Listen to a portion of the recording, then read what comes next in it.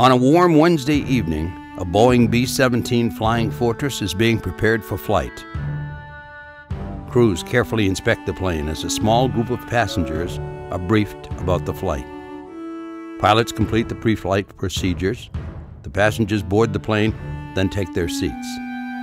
The engines come to life as the pilots complete the final flight checks of the plane. After taxiing to the runway, it accelerates and ascends. All aboard the plane are sharing in a part of history. A history that is dutifully being kept alive by the efforts of the Yankee Air Museum. Throughout its 28 years of history, the museum has showcased a unique collection of planes and World War II relics.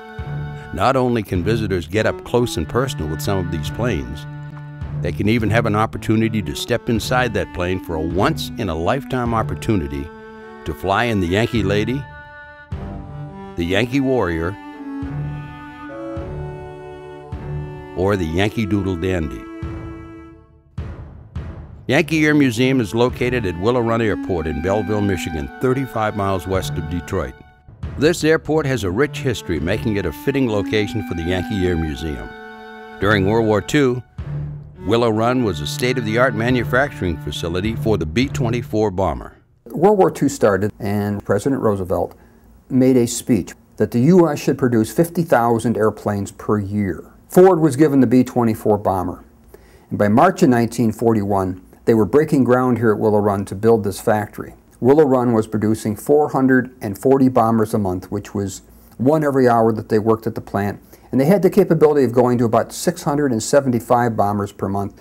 But the war was basically won, and they shut the plant down. World War II ended, as did the production of the B-24, and Willow Run became the primary airport for southeast Michigan until 1967. 14 years later, in 1981, a group of men and women decided to start a museum commemorating Willow Run's efforts on the home front for the U.S. Armed Forces during World War II. The group started their collection with the C-47. The C-47, our troop transport, belonged to the University of Michigan. We got that one in about 1983. We had to modify the interior, but we didn't have to completely restore it. By 1985, they had taken it to Oshkosh, and it won the award as the best restored transport category airplane. About 1986, they found a B-17 and elected to get that airplane and restore it. It was sitting in the desert down in Arizona. We bought it, and my two partners and I, we ferried it back here, and it was in pretty tough shape when we first got it, but we restored it back to original condition. It's probably 98% original from World War II days. They took every piece of wire, hydraulic tubing, gas tank, engine, propellers, gauge out of it, and basically took it back to the base aluminum with nothing in it and rebuilt it from scratch up. And when they took it to the air show in '96, it won the Best Bomber Award also. About 1989, they got a B-25. The B-25 we bought from a gentleman over in Detroit City Airport. It took about 6 years to restore. They took it apart about 1990, and by '96 it was flying again. For over 20 years, the museum remained in an authentic World War II hangar located on the north side of the airport. The hangar held a collection of archives, planes, and equipment.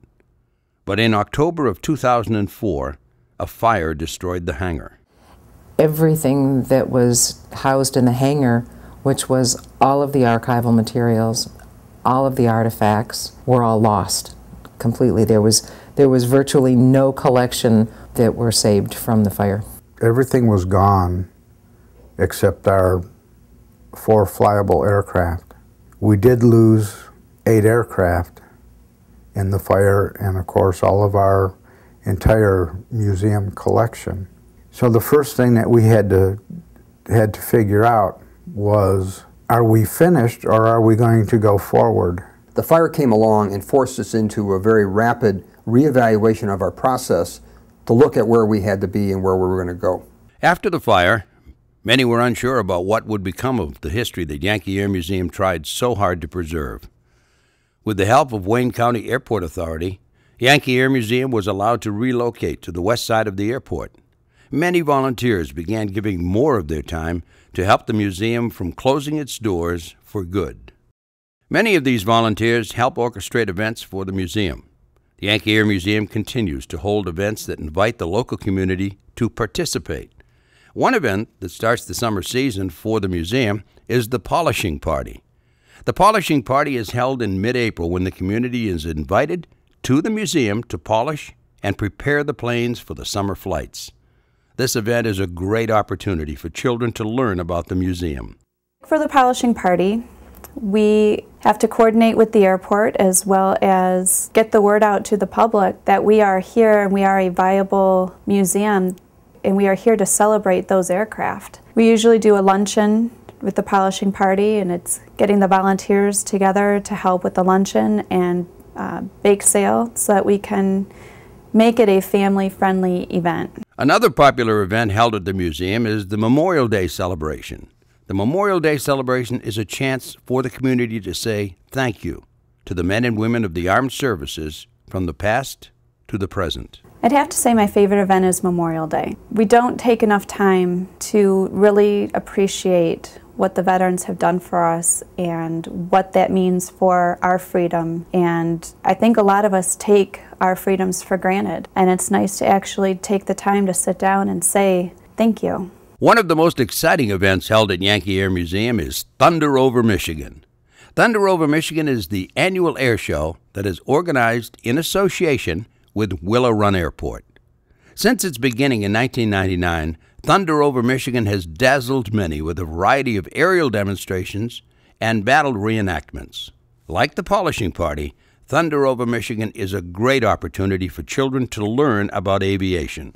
In the last 3 to 4 years, we have seen a significant increase in the number of younger people that are coming and taking part in the air show, coming as spectators and joining the museum. We need to have the interest of the younger generations in this museum, in this organization, for this organization to continue on. If there isn't any interest from the younger generations, when the older generations pass on, so will too the organization. But the air show is something very dynamic, it's very exciting, and it does bring a younger crowd.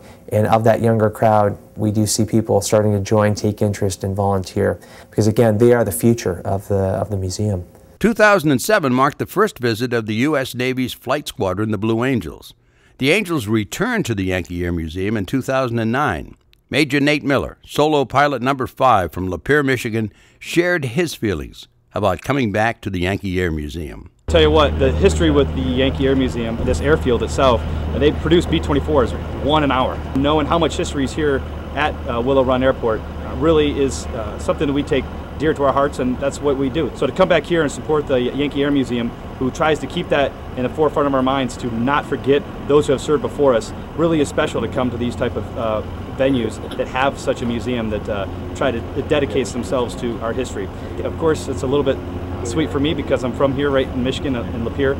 So that, of course, is personally something I enjoy doing. But from the big picture perspective, what the Blue Angels do and what this space is about, it sure is pretty special to be back. Events like Thunder Over Michigan and the Polishing Party also promote the Yankee Air Museum and help it gain much-needed revenue to maintain the museum as well as prepare it for the future.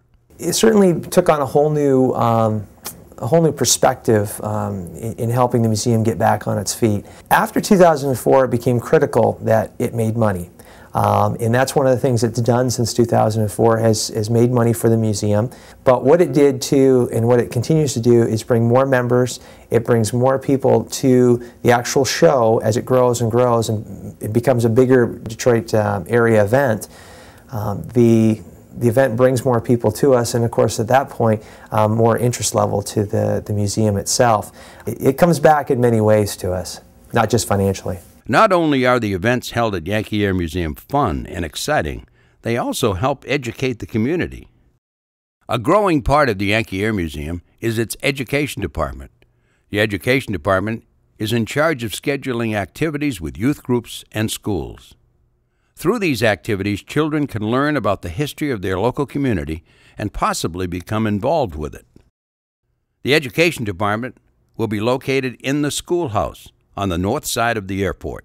The schoolhouse was built in 1938 by Henry Ford, and we restored that. We've received a $50,000 grant, so we're going to convert the one-room historic schoolhouse into a state-of-the-art classroom, and so that is where everything will be based out of. In addition, the education department plans on having family nights featuring movies, board games, activities, and guest speakers. Also, a summer camp is in the planning stages. Our summer camp next summer is going to be for children 3rd grade to 12th grade. The first camp is going to focus on the home front. The other summer camp is going to be more science-based and math-based. And then the final camp is going to be a combination of both of those things. Through a variety of after-school programs and summer camps, Yankee Air Museum's education department is helping to keep history alive. After the fire in 2004, many of the volunteers at Yankee Air Museum were faced with an uncertain future. With the help of many individuals, the museum is on a path to create a new museum. We want to build a museum here at Willow Run that tells the story of the civilian workforce, the home front in World War II. Well, we want to build our campus, for sure, new campus. First thing that we need is a hangar, and so the fundraising is ongoing for a new hangar. We aren't going to give up because of a fire. With the construction of a new facility, the museum staff must focus on collecting archival material. Since the fire, Yankee Air Museum has worked hard to recollect their losses. We have been averaging on about between 275 and about 350 donations per year. Right now, I think at last count we were looking at somewhere upwards to about 8,000, between 8,000 and 10,000 pieces that have been donated since the fire in 2004. About 55% of those have been completely cataloged and are stored. The other ones are being worked on. The Yankee Air Museum would not be what it is today without the men and women who donate their time. Membership is a key part and a great way to help the Yankee rebuild. There are many different types of memberships that people can apply for. We have several different types of members, ranging from our junior membership, which is for kids that started at 10 years old. We have a student membership for specifically aimed at high school and college age kids. And then we have 5 different levels of membership for adults. Most members of the Yankee Air Museum also volunteer. These volunteers help with simple tasks around the hangar, ranging from mechanics to pilots or restoration crews. Volunteers work hard on restoring a variety of aircraft, including the World War I Spad and the AT-11. Volunteers can also help out with the events, such as the polishing party or Thunder over Michigan. The members and volunteers of the Yankee Air Museum are helping to make the future possible. As the B-17 approaches Willow Run, it begins its descent toward the runway. The landing is at a perfect setting, an airport rich with World War II history, with hangars that hold stories of the construction of B-24s. As the plane slows toward the end of the runway, the passenger's last thought is that the Yankee Air Museum was once on the brink of closing. But with the help of the Speakers Bureau, and by holding events that taught the community about aviation and armed forces history, many of its members and volunteers helped keep it from such a fate. The plane slowly makes its way back towards the hangar, and the crew prepares to help the passengers disembark. The crew, just a few of the countless number of volunteers and members that have helped the museum throughout the years. Thanks to the help of the crew and other volunteers and visitors, such as these passengers, the museum has shown that it is still the Yankee Air Museum. Interested in becoming a member or volunteer?